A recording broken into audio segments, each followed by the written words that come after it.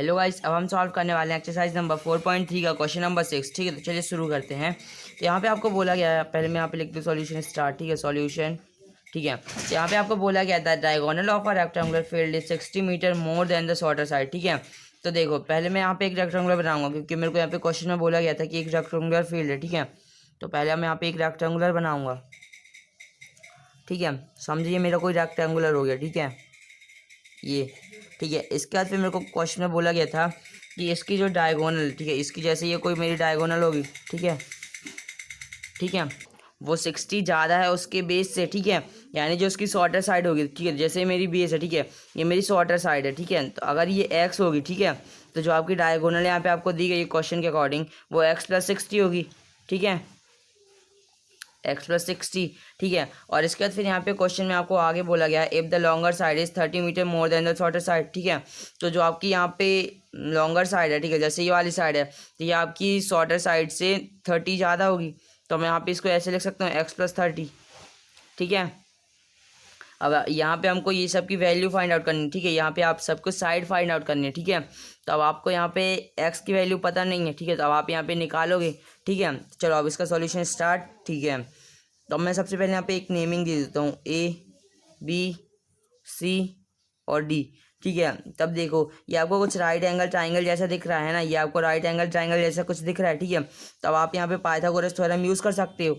ठीक है, तो अब मैं यहाँ पे लिख देता हूँ diagonal of the rectangular diagonal. ठीक है, उससे पहले एक काम करता हूँ, मैं ये लिख लेता हूँ। ठीक है, मैंने जो लेट किया था। ठीक है, लेट शॉर्टर साइड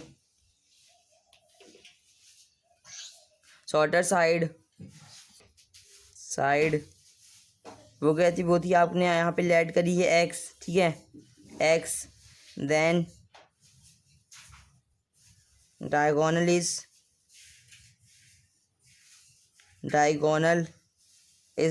यहाँ पे आपकी 60 बड़ी थी, तो अब वो हो गई आपके पास एक्स प्लस 60।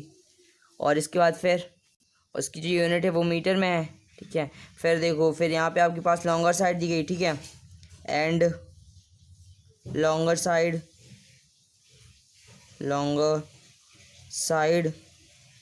ठीक है, लॉन्गर साइड, तो लॉन्गर साइड आपके पास यहाँ पे कितनी हो गई है, वो हुई आपके पास X plus 30। Side is X plus 30।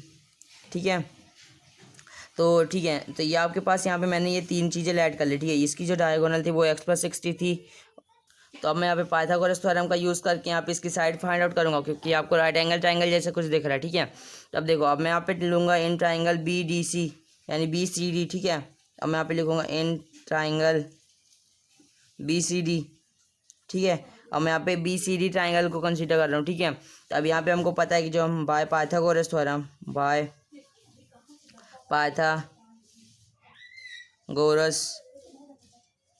Theorem ठीक है, तो पाइथागोरस थ्योरम क्या कहती है, वो कहती है आपका जो हाइपोटेनस का स्क्वायर है वो इक्वल होगा बेस के स्क्वायर प्लस परपेंडिकुलर के स्क्वायर के इक्वल टू में। ठीक है, तो यहाँ पे आपका हाइपोटेनस क्या है, यहाँ पे आपका हाइपोटेनस ये बड़ी वाली डायगोनल यानी एक्स प्लस 60 है। ठीक है, यानी एक्स प्लस 60 का होल स्क्वायर जो होगा वो इक्वल होगा बेस का स्क्वायर। बेस यहाँ पे आपके पास एक्स है, तो बेस का स्क्वायर प्लस परपेंडिकुलर के स्क्वायर। परपेंडिकुलर यहाँ पे आपके पास एक्स प्लस 30 है, तो एक्स प्लस 30 ये इसका 30 होल स्क्वायर। ठीक है, तो ये आपके पास ये इसके इक्वल में होगा। ठीक है, तो आप यहाँ पे ये आपको ए प्लस बी के स्क्वायर की फॉर्मूले से आप इसको खोल सकते हो, है ना।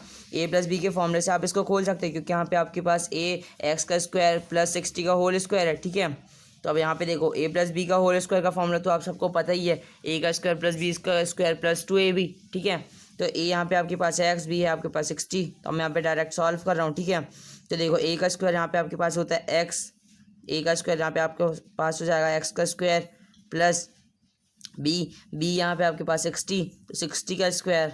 ठीक है, और प्लस 2ab 2, और ए यहाँ पे आपके पास है एक्स और बी यहाँ पे आपके पास है 60।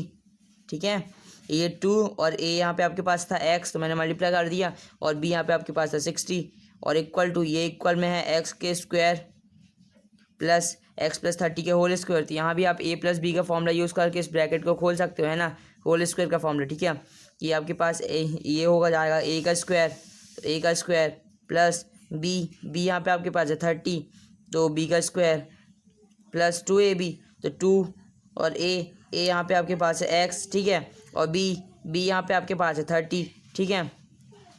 अब आप इसे आगे सॉल्व कर लो, ठीक है। तो आप अब इसे सॉल्व करो, तो एक्स का स्क्वायर कितना होगा, एक्स का स्क्वायर प्लस 60 का स्क्वायर, तो 60 का स्क्वायर कितना होगा 3600, ठीक है, प्लस, और इसके बाद फिर 2x मल्टीप्लाई बाय 60, तो 2 मल्टीप्लाई बाय 60 होता है अपने पास 120, और x का x, ठीक है, इक्वल टू में ये आपको हो जाएगा x का स्क्वायर प्लस x का स्क्वायर क्या होगा, ये हो जाएगा आपके पास 2x का स्क्वायर, ठीक है, इसका फिर प्लस 30 का स्क्वायर, ठीक है, ये हो जाएगा आपके पास प्लस 9 और 00, ठीक है, कि आपके पास 900, 30 का स्क्वायर आपके पास 900, ठीक है, प्लस इसके बाद फिर 2x मल्टीप्लाई बाय 30, तो ये कितना हो जाए 2 × 30 कितना होगा 60, मल्टीप्लाई बाय x, तो ये हो जाएगा आपके पास 60x, ठीक है।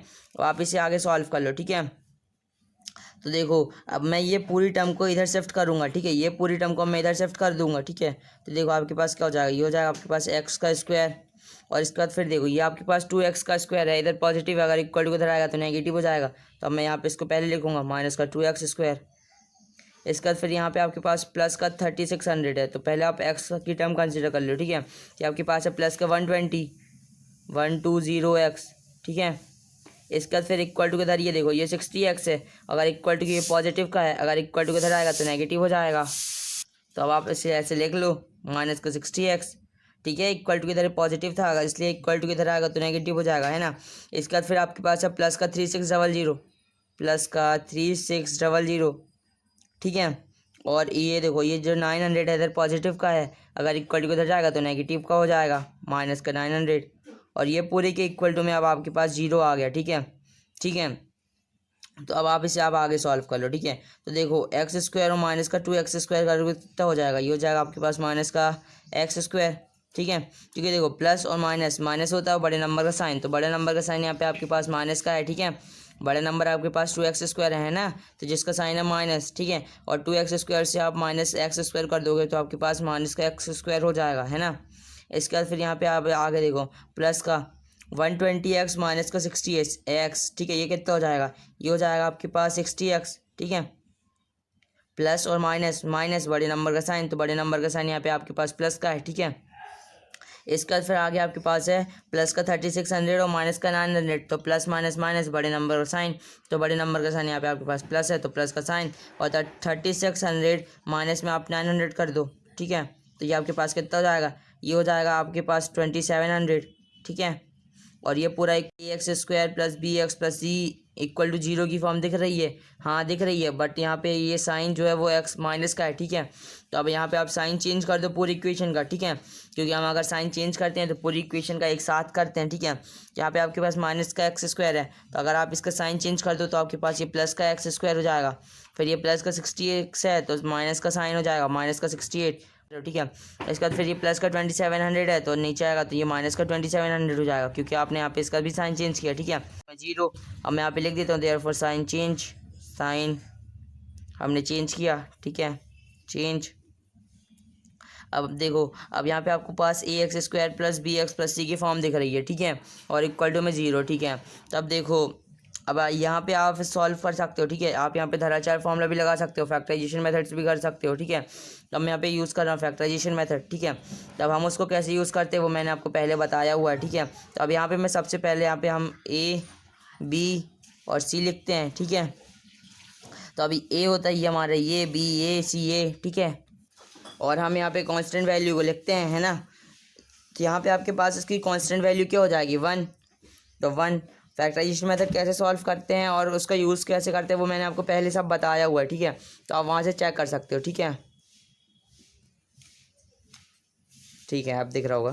तो अब बी यहाँ पे आपके पास क्या है माइनस का 60, सी यहाँ पे आपके पास है माइनस का 2700, अब देखो और अब इसे आप सॉल्व कर दो, तो आप सबसे पहले क्या करते हो a मल्टीप्लाई बाय सी, तो 1 मल्टीप्लाई बाय माइनस का 2700 करोगे तो आपके पास होगा माइनस का 2700, 1 मल्टीप्लाई बाय 2700 माइनस का करोगे तो आपके पास हो जाएगा माइनस का 2700, है ना। फिर बी तो यहाँ पे आपके पास दिया हुआ है माइनस का 60। अब आपको दो ऐसे नंबर चाहिए जिसको प्लस माइनस करने पर माइनस का 60 आए और मल्टीप्लाई करने पर माइनस का 2700 आए, है ना। तो अब मैं यहाँ पे इसका प्राइम फैक्टराइजेशन कर दूंगा, ठीक है, क्योंकि यहाँ पे मेरे को ऐसे दो नंबर चाहिए जिसको मल्टीप्लाई करने पर इतना है और प्लस माइनस करने पर इतना है, ठीक है। तो यहाँ पे अब इसकी वैल्यू तो बड़ी लग रही है ना, तो अब मैं यहाँ पे फैक्टराइजेशन मेथड का यूज़ करूँगा। 2700 जो हमारा ए मल्टीप्लाई बाय सी होता है हम उसी के प्राइम फैक्टर करते हैं, ठीक है।